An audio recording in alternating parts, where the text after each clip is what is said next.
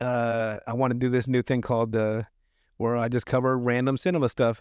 Maybe not like I want to call it like the Cinema Center or something, like where we cover everything cinema, short of like reality TV shows, which I don't like.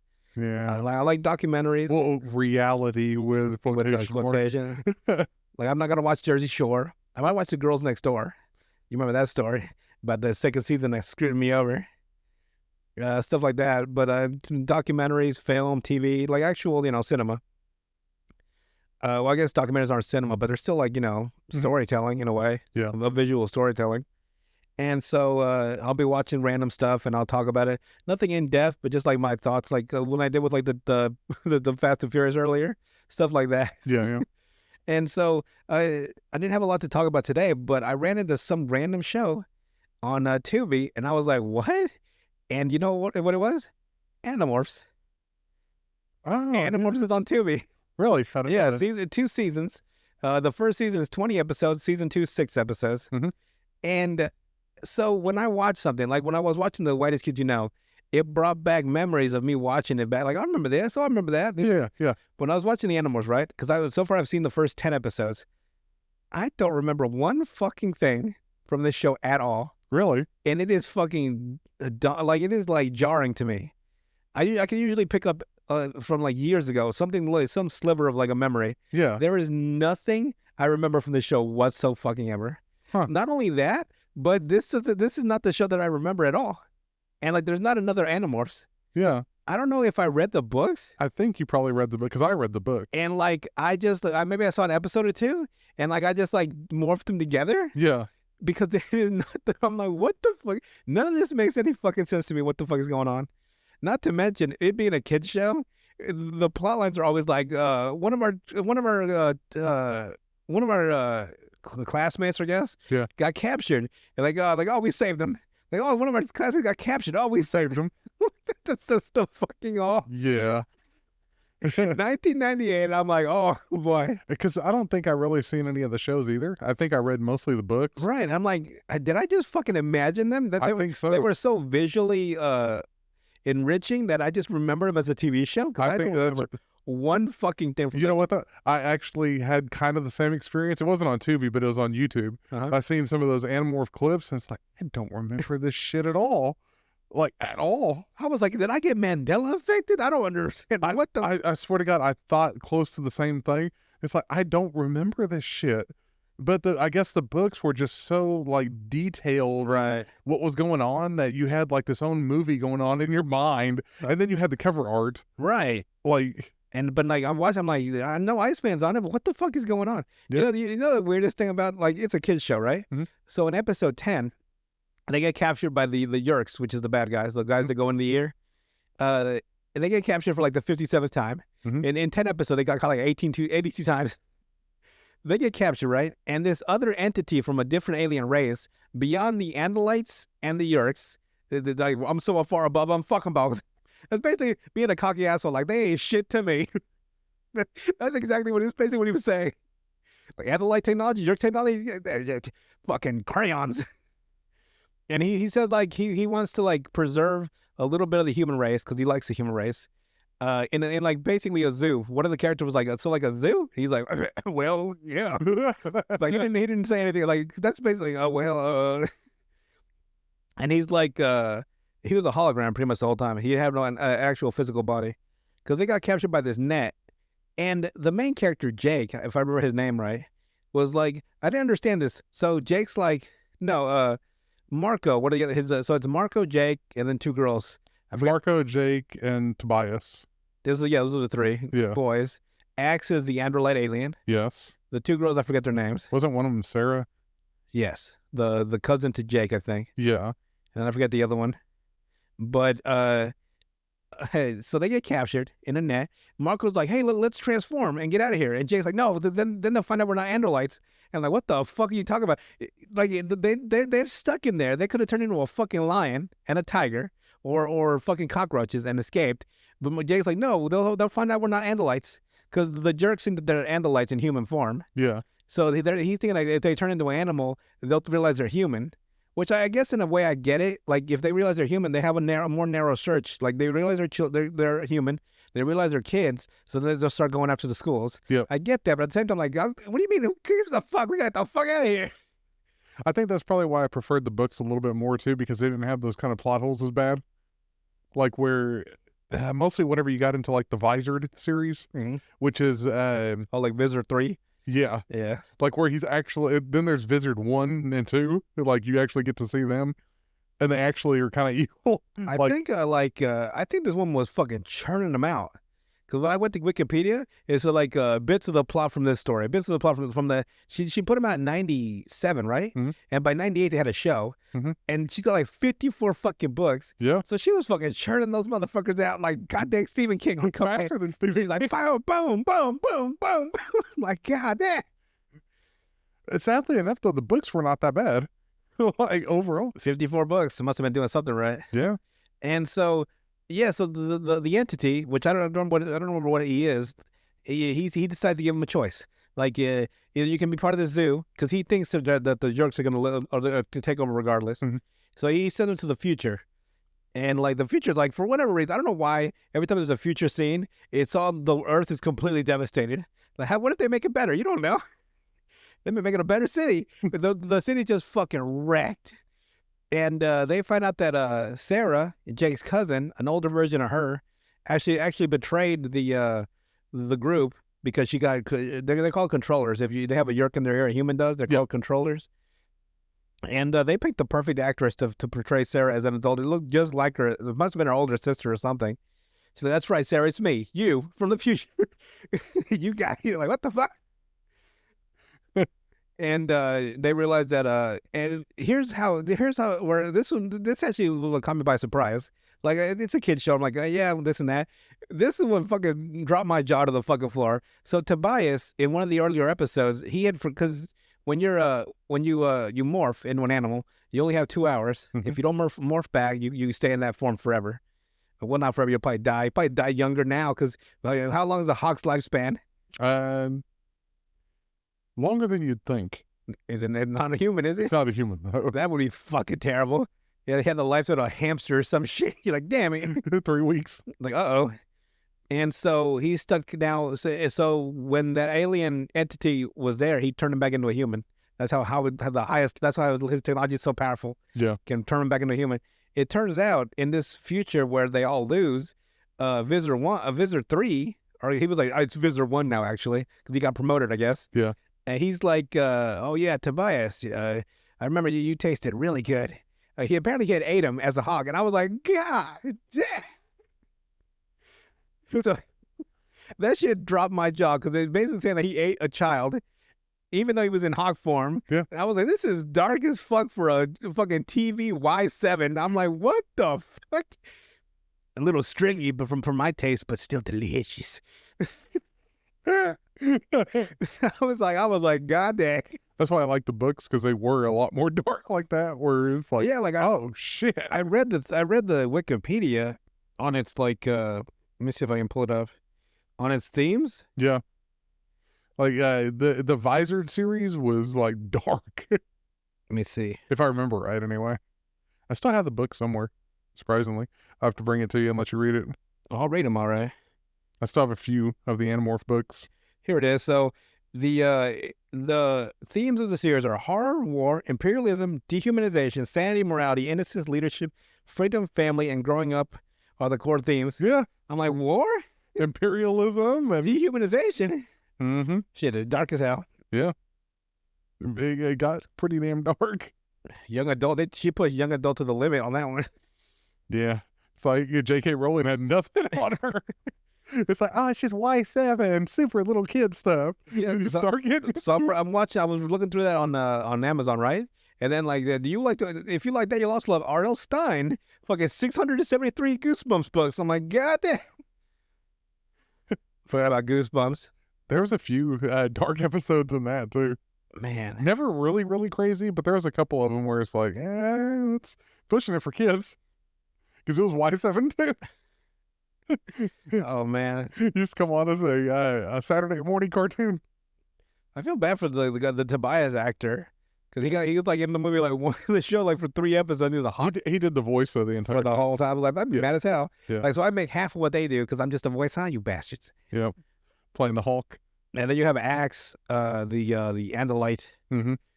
So plus you have like Boy, he's technically a kid too. yeah, he's like a teenager of their level of age, I guess. What's really weird is that they eat with their hooves.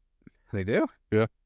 Like as they walk on the grass, they're eating grass. Just eating shit, huh? Like Austin and dog shit again. Delicious.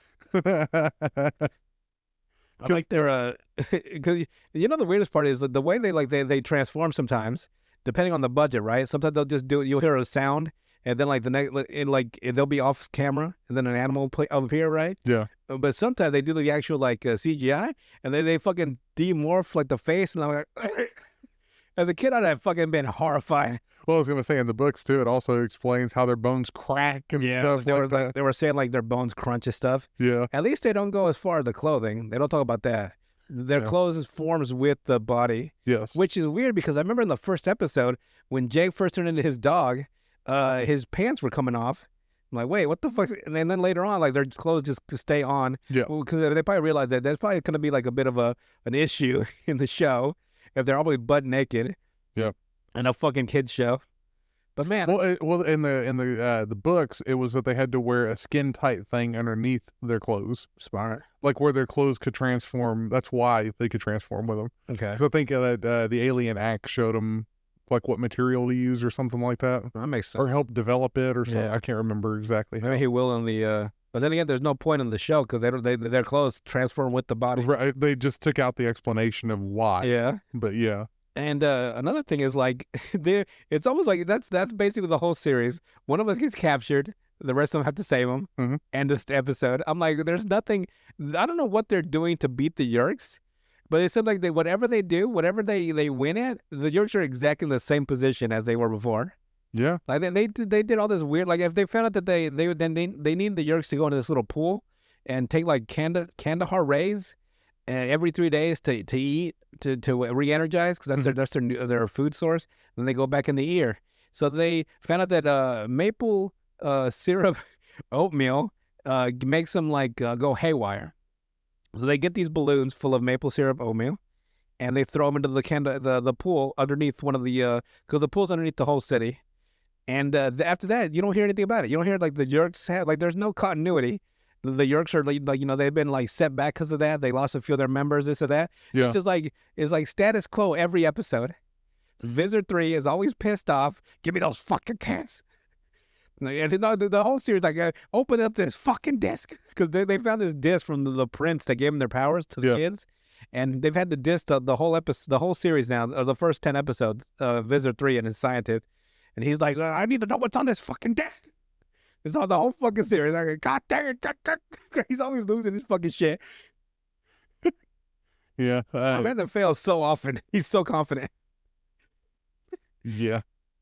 So, like I said, the books are a lot more graphic, and they also go into a lot more detail on that kind of stuff. At least, like they don't win every single book like they do in the show. Like they do lose a lot. I never knew about the allergies either. Apparently, an Animorph, sometimes they don't agree with a specific DNA because they take the DNA, right, and then like once they have the DNA, it's now imprinted onto their body forever. But if they have a certain animal that they don't agree with, like one of the girls touched a crocodile, which for the budget it was a small one, but people were freaking like it was a fucking 18-foot crocodile. They kept freaking out. Like you could fight like a small crocodile. There's no problem. Yeah, like it wasn't that fucking big. Like I wouldn't fight a fucking behemoth. Which reminds me, did you see that dude in Florida where there was an alligator coming up and he just smacked it with one of those cast iron pans? Yeah, I saw that guy. And then take off running. Like, oh shit, that hurt. But it doesn't. The DNA doesn't agree with her, so she's having trouble. Like it's like forcing her to morph and then unmorph, and then she's like, and apparently Axe tells him that happens to Andalites where, if it's like an allergy. So she eventually has to burp out the DNA. Basically, she releases a fully fleshed out animal of that DNA. So like another, like basically a clone of the originals that she touched. Yeah. And she has to go to the bathroom. So I gotta fucking go. And she fucking burps out. I guess I don't know if it's burps out or just like I don't know how she fucking lets it out. Yeah. They never show. She shits it. I don't know what the fuck. Like throws it up. But she goes to the bathroom, and then you see her crawling down the stalls, right? And then on the other side of the stall, the alligator comes out. So she released it. I'm like, she released it somehow. And then people like lose their shit because the alligator starts running around the whole fucking studio. And they're like, oh my God, it's a fucking alligator. Or a crocodile. I can't remember which one is which, depending on the nose. Yeah. But that was a random episode. They're all fucking random episodes. And so one of the Yerks freaked out so much that I passed out from the alligator. So the alligator, the Yerk left this guy's body. So they're like pretty much slugs. And the alligator ate him. So like he just killed a fucking Yerk. And you're like, oh, it's a murder. Or I guess not murder, but actual death. Yeah. A casualty of war. But still, in a kid's show, I'm like, God dang, they just literally ate this motherfucker. See, that was the 90s, though. No kidding. Now it's like, oh my God, it'd be so offensive to everybody. You couldn't make the show. It's like, Nah. Times change, I guess. I know, I miss the 90s. Not me. Like as a kid. Well, nostalgia, I guess. But man, I don't remember shit about this show. I don't remember I don't remember a fucking thing about the show. And just remember, every one of those books used to be at the Scholastic Book Fair every fucking year. Yeah, I think I had like 10 of them. Yeah. I think I still have like probably 10. Let me rate them. If I can find them. 1 through 10. Oh, they're not in order. Oh, I ain't reading them then. It's like, I'm not fucking OCD. it skips over like 5 books.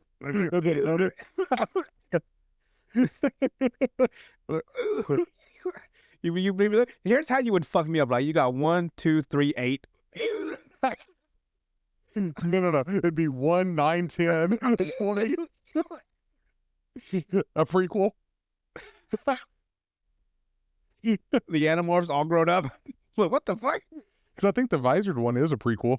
Is it? Yeah. It's so weird how they get their powers too. Like with the Analyte that crash lands. By the way, if I saw a fucking alien come out of the look like a centaur, I'd have thrown a rock at its face. With eyes on this like stalk. Yeah, I'm like, what the fuck? And it's like, touch this cube and you'll be given great power. And they're all like, no problem. I'm like, fuck that. It's like, what the fuck is it? So yeah, the Analyte, the whole reason they have something called like somebody's gift, like a specific Analyte's name, and it's a law called this person's gift, meaning that it's against their law to bestow technology to another race. The reason being that one time that person, I want to say like Sarawak's gift or something, helped out this race that was in trouble. The race turned out to be the Yerks. And we know how that happened. So that's why that's when Axe first met the Animorphs, he was because his brother was the one that gave him the powers before he got killed. By the way, they tell him that he had a great battle against Visor 3, but from episode 1, he fucking got picked up at 8. I don't know how great of a fucking battle that was. He didn't do a damn thing. All you see, because budget-wise, right? Yeah. So all they can show is the shadow, and Visor 3 is fucking massive compared to the Analyte. He just picks him up and like, I'm like, what the fuck? So when he's like, yeah, he fought bravely. No, he didn't. He got fucking 8. Yeah. And what's in the because these are things coming from like the Vizard series, but because it's so much more interesting than the actual Animorph, because it's all about other alien races and stuff like that, more so than the kids. Right. So it's like what happens whenever when you got the Yerk taking over an actual Andalite's body, yeah, and using that person that was a warrior as like a Yerk that can transform and stuff like that, which is really weird. But wait, so it makes me wonder, is Visor 3 an Andalite? Is the Yerk in an Andalite body, or is he something else? Because he keeps transforming into this massive fucking monster. There's a specific, is it Visor 3 or Visor 1? I can't remember which, because it's been so long since I've actually read the books, but there's a Yerk that took over an actual Andalite's body, so the Andalite can transform into whatever. Right. Oh, yeah, because Andalites can transform into anything. Yes. Okay. So he's basically an Andalite, and he just keeps picking this big-ass fucking monster. Yeah. You know, you can always see when the budget's a little higher when you see a lion or a tiger. I've only seen it like 3 times. There's one of the girls that loves to transform into a bear, like all the time. In the book, yeah, they took that away. I read in the Wikipedia that they changed that because they couldn't afford a bear or an elephant. Uh-huh. So they have a white tiger, a lion, and a wolf, but you don't see them as often as you see a fucking lizard or a cockroach. Like the little animals. Yeah, like the hawk, Tobias. a Yeah. rabbit. You can see all those, but it's a little bit more for a lion. Yeah. I love one scene where these controllers are chasing after because they had Oh, was her name Rachel? what the other one? I think the one that turns into a bear. It wasn't a Sarah. That was Or was that Sarah? I think so. But then again, I'm going from the show, and they don't have a lot of powerful animals. Yeah. I know one of the girls was supposed to turn into a wolf, but they give it to Marco in the show. Mm-hmm. And so the last episode I watched, episode 10, when they save Axe, because for whatever reason he's out in the woods, right? And he's waiting for all the kids to get there for a meeting, and then the controllers just fucking capture him. He's like, oh shit, they got me with a bunch of rope. Like a bunch of cowboys got me. And they throw him in the back of a truck. And Marco can't drive because there's no keys in the car. So he it's on a hill, so he hits the neutral. Mm-hmm. The truck just backs up and into a fucking tree. And the controllers are chasing down the hill after him, right? They ran the corner, and it's a lion. It's I guess Sarah in a lion form. And the controller's like, "Oh shit, it's a lion!" He doesn't say like, "It's a lion," and he does the most realistic thing I've seen. Like, he's like, "Get the fuck out of here!" He just fucking dips. Just run. I would too. Like, it's a fucking lion. Just fucking gone. Oh, that's a good show. I mean, it's not Right. The budget's low. but man, it's plus the fucking music is always dark as fuck. Like it's either no music at all, or it's the most like soap opera level like music where you're just like there's so much drama or something. Yeah. It's like my dad wants me to move like Sarah's like my dad wants me to move out of town with him and but how do I leave when I have him fighting an intergalactic war? Like what the fuck? It's the epitome of 97, 98 type TV shows. But I don't know. Like if anybody that actually could watch or make it through the show, I'll watch it all. The books are beyond better. Like they're marketed more towards like young adult, on the lower end of the young adult spectrum, but then it'll have some like murder or something, and then it's like, oh, I ripped the spine out through his asshole. Wait, what? Like there was in one of the books, I don't remember which one, but I think it was Marco was transforming, and he transformed accidentally into like a crab or something, and didn't mean to, and he started suffocating to death. Damn. Like I thought crabs can breathe. it was either like a crab, it was something like something I can't. Okay. Yeah, it was some type of marine fucking shark and just dies. Yeah, just like he couldn't do it because at this point they couldn't control like what they were turning into as easy, or something like that. So they just start transforming randomly into weird shit every time they transform. Yeah, like in the episode 2, like this is getting easier. Like all right off the bat. Totally different. I guess they have to move a little bit quicker. And the transformation pictures for the books are so much better than the actual show. Yeah, because they fucking stretch out the fucking faces. They put a bunch of big ass eyeballs and they shrink eyeballs. That's weird to look at. There's a lot of people where it's like, oh my god, this is my nightmare fuel. It was pretty bad. watching one of the girls turn into an alligator and like fucking fainting. Because they have her on the side profile, fucking nose coming out, and I going back. Yeah. Like, huh.